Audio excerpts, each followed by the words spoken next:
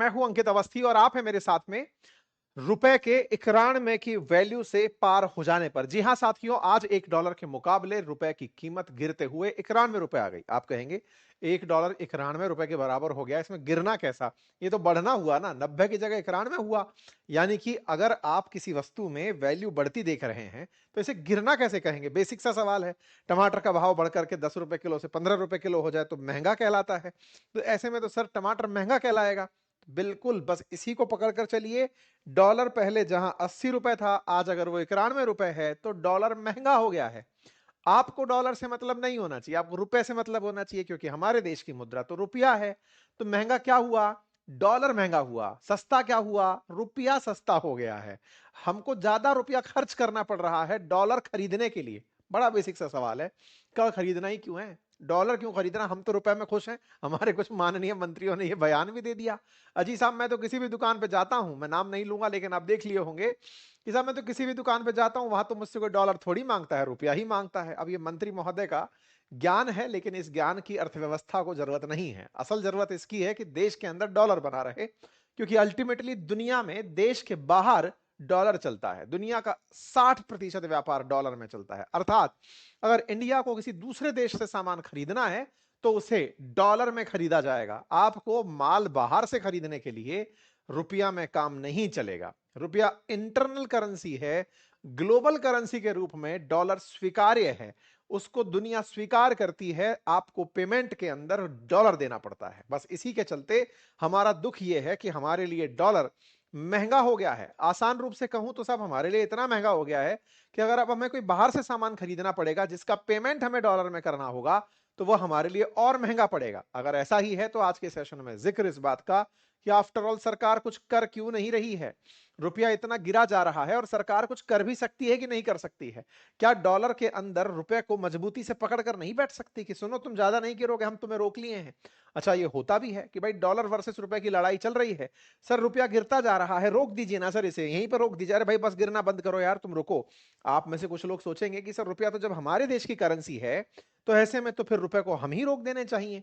बहुत सही सोच रहे हैं। देखिए, इसके लिए दो तरह की विचारधाराएं अपनाई गई थी। एक होता है कि जब आरबीआई इंटरफेरेंस करे और कहे कि भाई डॉलर के सामने रुपए को नहीं गिरने देंगे। इस तरह की पॉलिसीज को विश्व ने दरकिनार किया। विश्व ने कहा कि नहीं, फ्री मार्केट के अंदर आप अपनी करेंसी को गिरने से नहीं रोक सकते। मुकाबले में किसके क्या खड़ा है ये तो विश्व तय करने दीजिए, मांग और सप्लाई को तय करने दीजिए। अर्थात आप अपनी तरफ से इस कीमत को बांध नहीं सकते।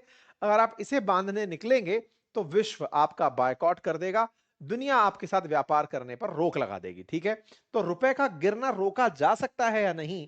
तो सरकारी प्रयास रुपए को रोकने के नहीं होने चाहिए, डॉलर को मार्केट में आसानी से आने देने के होने चाहिए। भारतीय बाजार में डॉलर आसानी से एंट्री कर जाए, यह कैसे संभव हो, इसके होने चाहिए। बोले कहना क्या चाहते हो? कहना हम यह चाहते हैं कि डॉलर सस्ता कब होगा? फिर वही टमाटर वाली बात, अगर 1 किलो टमाटर 10 का था, अब आपको 15 का खरीदना पड़ रहा है, इसका मतलब क्या है? पैसा आपके पास ज्यादा हो गया, मार्केट में टमाटर कम है, तभी तो टमाटर के साथ में रुपया महंगा, मतलब टमाटर महंगा हुआ। एग्जैक्टली अगर $1 पहले 80 का था, अब 91 का हो गया है, तो डॉलर के मुकाबले रुपए 91 तक अगर पहुंचा है, अर्थात आपको डॉलर खरीदने के लिए ज्यादा पैसा खर्च करना पड़ रहा है। आसान करें तो बात यह है कि डॉलर आपके पास कम है, आपके पास डॉलर आ ही कम रहा है, तो फिर खरीदने में तो भाव बढ़ेंगे ही, डिमांड एंड सप्लाई है। डॉलर कम आ रहा है तो आपको ज्यादा पैसा खर्च करना पड़ रहा है, क्योंकि ज्यादा लोग डॉलर चाहते हैं। क्यों? क्योंकि उन्हें विश्व से सामान खरीदना है, इंडिया को इंपोर्ट करना है अपना धंधा चलाने के लिए। फिर से सवाल बना कि अच्छा ऐसा है तो सर डॉलर हमारे देश में कम क्यों आ रहा है? तो कम इसलिए आ रहा है क्योंकि दुनिया के देश हमारे देश में इंटरेस्ट नहीं ले रहे हैं। कौन सा इंटरेस्ट नहीं ले रहे हैं? आपको जानकर आश्चर्य होगा कि हमारे देश के अंदर जीडीपी के मुकाबले जो फॉरेन डायरेक्ट इन्वेस्टमेंट है, जिसे आप एफडीआई कहते हैं, उसकी वैल्यू अब तक के निम्नतम स्तर पर है। अगर हम कहें कि जीडीपी 100 रुपए की है तो 0.1 रुपया कोई हमारे यहां पर आकर के निवेश करने आया है। विदेश से डॉलर भर के कोई हमारे देश में इन्वेस्ट करने ही नहीं आ रहा है। ये हालात क्यों हुए, सरकार से सवाल करने हैं। इसके साथ साथ हमारे देश में डॉलर की कमी क्यों हुई? क्योंकि हमारे देश ने इंपोर्ट करने के लिए डॉलर तो खर्च कर दिए, लेकिन जब हम एक्सपोर्ट करने जाते हैं तो एक्सपोर्ट करते समय हमारे पास एक्सपोर्ट के बदले जो पेमेंट डॉलर में मिलता है वो हमें मिल नहीं रहा है। ऐसा कौन सा देश था जो हमें नहीं दे रहा है? था उसका नाम अमेरिका। अमेरिका के साथ भारत व्यापार करके पिछले साल 40 बिलियन डॉलर कमाया था। 40 बिलियन डॉलर हमने पिछले साल अमेरिका से कमाए थे, लेकिन इस बार उन्हीं पे संकट आता दिख रहा है। क्यों? क्योंकि अमेरिका ने हम पर 50% टैरिफ लगा दिया। परिणाम यह निकला कि हम अपना सामान बेचना तो चाहते हैं, लेकिन वो अमेरिकियों को महंगा पड़ रहा है, क्योंकि अमेरिका ने अपने यहां पर उस वस्तु को महंगा दिखा दिया है। ऐसे में हमारा माल बिक नहीं रहा है, इतना नहीं बिक रहा है जितना कि 40 बिलियन हमारे पास वापस आए। अब इतना पैसा हमारे पास नहीं आएगा तो बाजार में ओवरऑल डॉलर कम पहुंचेगा, और जब बाजार में मतलब इंडियन बाजार में ओवरऑल डॉलर कम आएगा और खरीदार लाइन लगाकर खड़े हैं, यानी कि वो डिमांड कर रहे हैं कि हमें भी डॉलर चाहिए, तो वो लोग ज्यादा रुपया खर्च करने को तैयार होंगे। आसान भाषा में, डॉलर कम आ रहा है, लोग रुपया लेकर खड़े हैं कि डॉलर दे दो, क्योंकि उस डॉलर से उन्हें आगे चलकर इंपोर्ट करना है। यही कुल मिलाकर कारण है कि हमारे देश के अंदर डॉलर की मांग बढ़ रही है और उसकी वैल्यू गिर रही है। तो क्या ये एक चिंता की बात है? क्या भारत सरकार को इस पर कुछ करना चाहिए? आइए सेशन के अंदर डिस्कस करते हैं। क्योंकि आज सुबह डॉलर के मुकाबले रुपया 11:45 पर 91.14 रुपया पहुंच गया। इससे पहले भी हमने आपको 2 हफ्ते पहले बताया था कि एशिया की सबसे कमजोर करेंसी डॉलर के मुकाबले रुपया बना है। डॉलर के सामने रुपए का धराशायी होना 1 साल पहले से जारी है, या फिर ये कहिए ट्रंप का आगमन हुआ और रुपये का गिरना बहुत तेजी से शुरू हुआ। डॉलर के मुकाबले रुपए का अगर इतिहास निकाल कर चलें, तो एक समय था जब डॉलर के मुकाबले रुपया $1 इज इक्वल टू 4.76 के बराबर होता था। धीरे धीरे सरकारें आती गई और डॉलर के सामने रुपया गिरता चला गया और आज 91 रुपए तक पहुंच गया। $1 के सामने रुपए की कीमत का ये जो गिरावट है, जहां $1 के बराबर 4 रुपया था, आज 90 रुपए के बराबर हो गया है। आपके दिमाग में एक बेसिक सा प्रश्न होगा कि $1 1 रुपए के बराबर क्यों नहीं हो जाता? इस पर मैंने एक डिटेल वीडियो किया हुआ है, जो कि आपको यहां पर आई बटन के अंदर दिख जाएगा। आप उसे क्लिक करके देख लीजिएगा। लेकिन फिर भी समझिए कि डॉलर और रुपए की लड़ाई नहीं है। असल में लड़ाई है आपके देश में कितना माल रखा है, जिसके मुकाबले आपने करेंसी जारी की हुई है। असल में ये सारी जो करेंसी, जो फिएट मुद्रा हमने जारी की है, ये वस्तुओं के अगेंस्ट जारी की गई हैं कि हमारे स्टॉक में इतना माल है, उसके अगेंस्ट हमने इतने नोट जारी कर रखे हैं। अमेरिका के पास माल ज्यादा है, $30 ट्रिलियन की इकोनॉमी है, तो उसके अगेंस्ट उसने जो नोट जारी किए, उनकी वैल्यू ज्यादा है।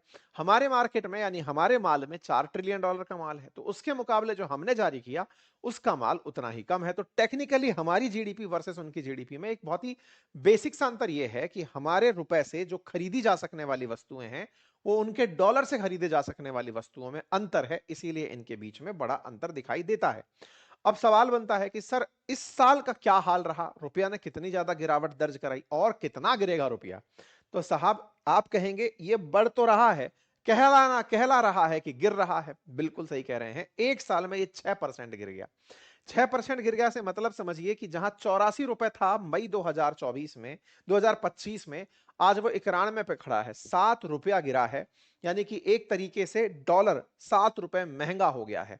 और डॉलर का 7 रुपए महंगा होना ये एक बड़ा नंबर है। और अगर हम एक साल की बात करें तो 85.5 से लेकर के ये साल की शुरुआत में जहां 85.5 पर था, अब 91 पर पहुंच गया है साल के अंत तक होते होते। तो ये लगभग 6% की गिरावट दर्ज किया है। रुपए का इतना गिरते हुए ऑल टाइम लो हो जाना, क्योंकि अभी तक डॉलर के सामने रुपया इतना ज्यादा नहीं गिरा था कि उसके अंदर पूरे की पूरे क्रमांक नीचे आए। डॉलर के मुकाबले हम चर्चा करते हैं क्योंकि डॉलर में व्यापार होता है, बल्कि डॉलर के मुकाबले भारतीय रुपया यूरो के सामने भी गिरा है और करेंसीज के सामने भी गिरा है, लेकिन डॉलर हम लोग ट्रेड करते हैं, इसलिए हम उस पर बात कर रहे हैं। ठीक है साहब। सवाल बनता है, सर डॉलर में ही व्यापार क्यों करते हैं? हम यूरो में क्यों नहीं कर लेते? हम पाउंड में क्यों नहीं कर लेते? हम रेनमिंबी में, युआन में, इनमें क्यों नहीं कर लेते? और तो और हम रुपए में क्यों नहीं कर लेते? क्योंकि दुनिया भर के देश अमेरिका को सबसे स्थापित और स्टेबल इकोनॉमी मानते हैं और उसका सिक्का चलता है। मतलब ये समझिए, जिसकी इकोनॉमी सबसे ज्यादा स्टेबल, उसका माना जाएगा भाई इसकी तूती बोलती है, इसका सिक्का चलता है। तो अमेरिका की सेंट्रल बैंक 57 से 60% करेंसी अपने पास रिजर्व रखते हैं। दुनिया के अंदर जितनी भी सेंट्रल बैंक है ना, जैसे अपने यहाँ आरबीआई है, किसी और देश की कोई और बैंक होगी, उनके पास में जो कुल पैसा रखा है उसका 60% डॉलर में रखा हुआ है। दुनिया का 39% जो कर्ज है वो डॉलर में है। दुनिया का करीब 60% व्यापार डॉलर में है। इसलिए सारा खेला डॉलर में हो रहा है। सर हमारा डॉलर के सामने रुपया गिरता क्यों जा रहा है? बेसिक रीजन तो मैंने बता ही दिया था कि डॉलर आ ही नहीं रहे हैं। आएंगे कहां से? व्यापार से। व्यापार क्यों नहीं कर पा रहे हैं? क्योंकि ट्रेड डील में इतनी अनसर्टेनिटी बनी हुई है।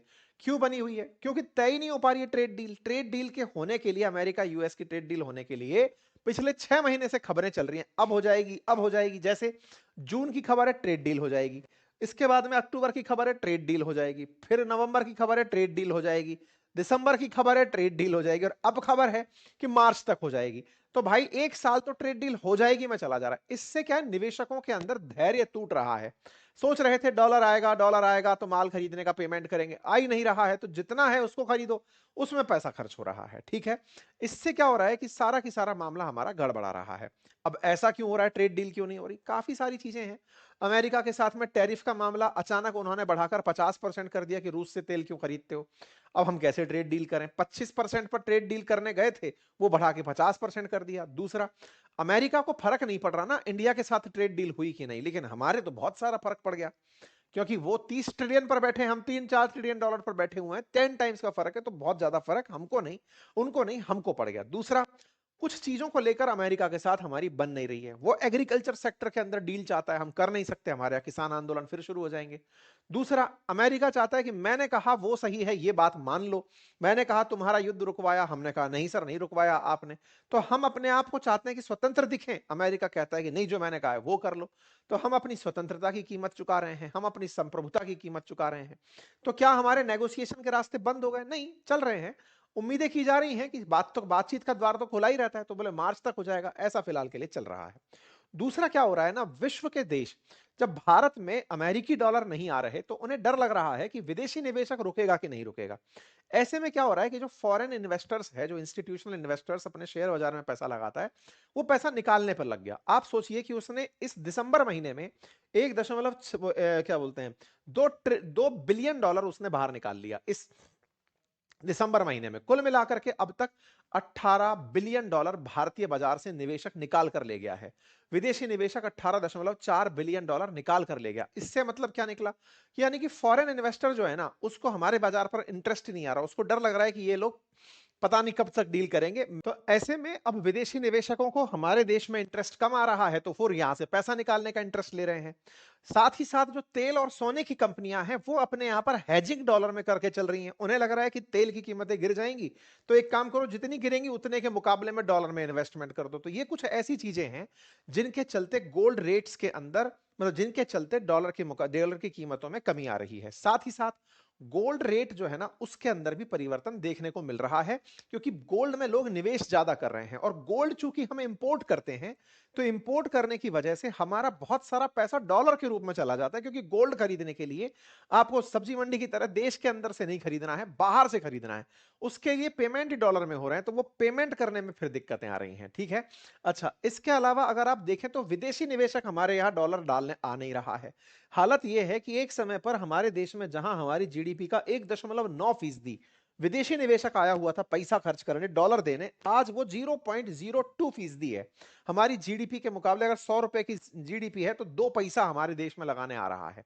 इतना कम विदेशी निवेशक हमारे देश में निवेश करने आ रहा है। इसके पीछे बहुत से कारण हो सकते हैं।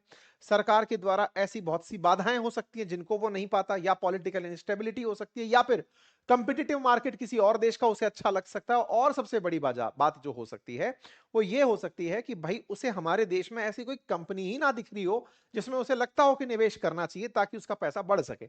अब बात करें इन सारी बातों की, तो सवाल ये देखो, भारत तो ऑलरेडी बहुत अच्छी ग्रोथ के साथ आगे बढ़ रहा है। 8% की ग्रोथ रेट हमने डोमेस्टिक रूप से अर्जित की है।